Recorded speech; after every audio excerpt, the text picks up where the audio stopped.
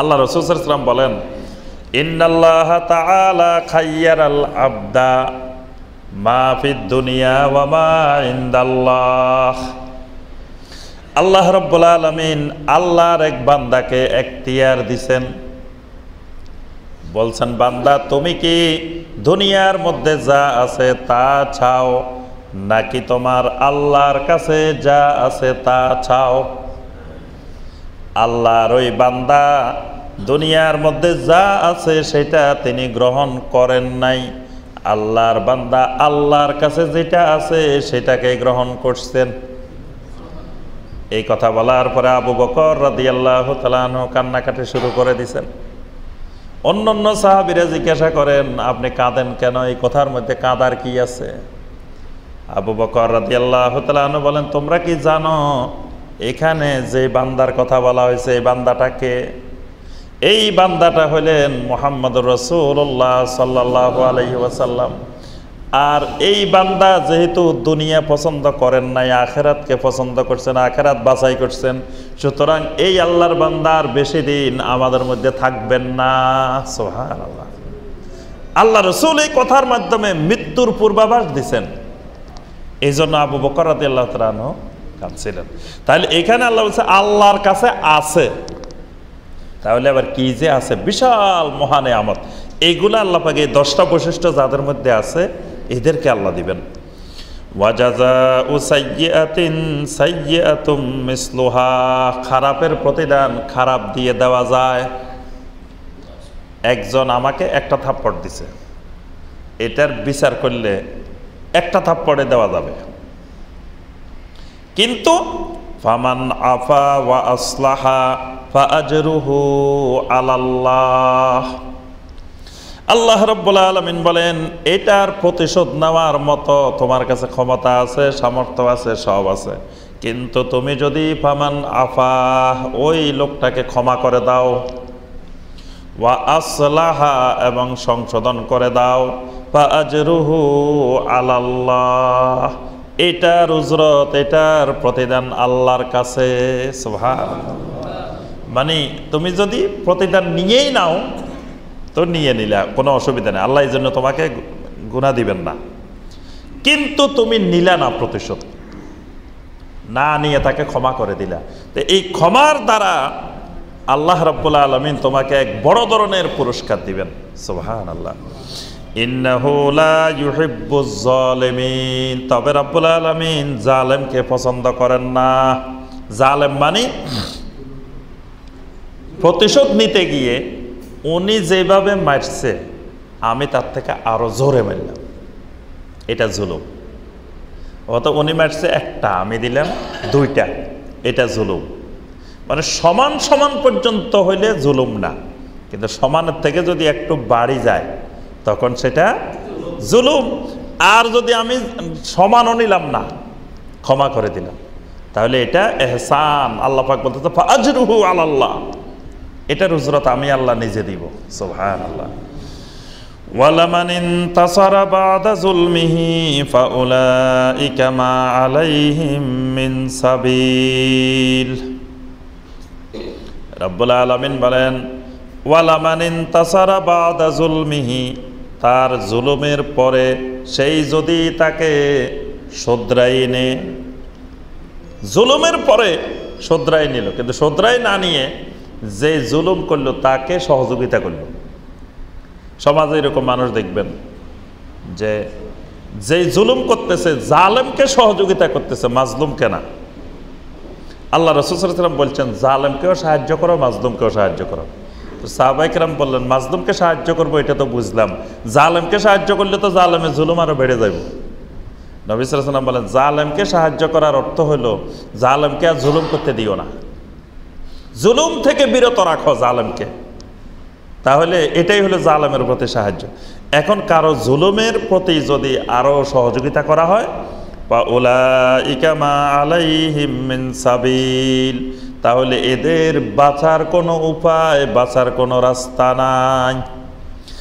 ইন্নামাস সাবিলু আলাল্লাযীনা ইয়াজলিমুনান নাস ওয়া ইয়াবগুনা ফিল আরদি বিগাইরিল হক রাব্বুল আলামিন বলেন, যারা মানুষদের উপরে জুলুম করে, অন্যায়ভাবে জমিনের মধ্যে সীমা লঙ্ঘন করে, এরা ইন্নামাস সাবিল, এরা আল্লাহর কাছে কঠিনভাবে ধরা খাবে।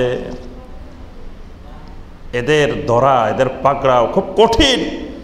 উলাইকা লাহুম আযাবুন আলীম, এদের জন্য আছে রাব্বুল আলামিনের কাছে কঠিন বেদনাদায়ক শাস্তি।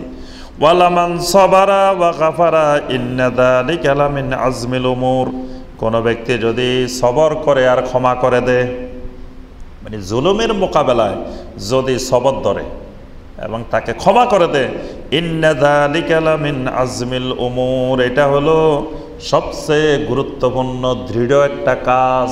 সুবহানাল্লাহ, এটা ইমানদারের জন্য জান্নাতে যাওয়ার জন্য শক্ত একটা পদক্ষেপ। সুবহানাল্লাহ। ওয়ামান ইউদ্দিলিল্লাহু ফামা লাহু মিন ওয়ালিয়্যিম মিন বাদি, যদি রাব্বুল আলামিন কাউকে গোমরাহ করে দেন, তাহলে আল্লাহর পরে কোনো ওয়ালি, কোনো বন্ধু সে পাবে না যে তাকে হেদায়েত দেখাবে। ওয়া তারাজ যালিমিনা লাম্মা রাআবুল আযাবা ইয়াকুলুনা হাল ইলা মারাদ্দিম মিন সাবিল।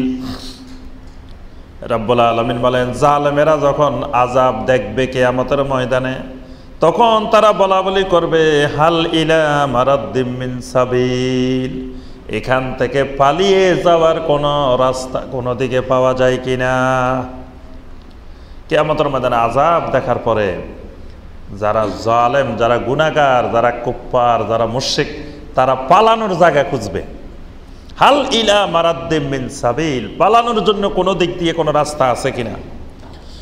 ওয়া তারাহুম ইউরাদুনা আলাইহা খাশিঈনা মিনাজ যুল্লি ইয়ানজুরুনা মিন তারফিন খাফিয়্যিন।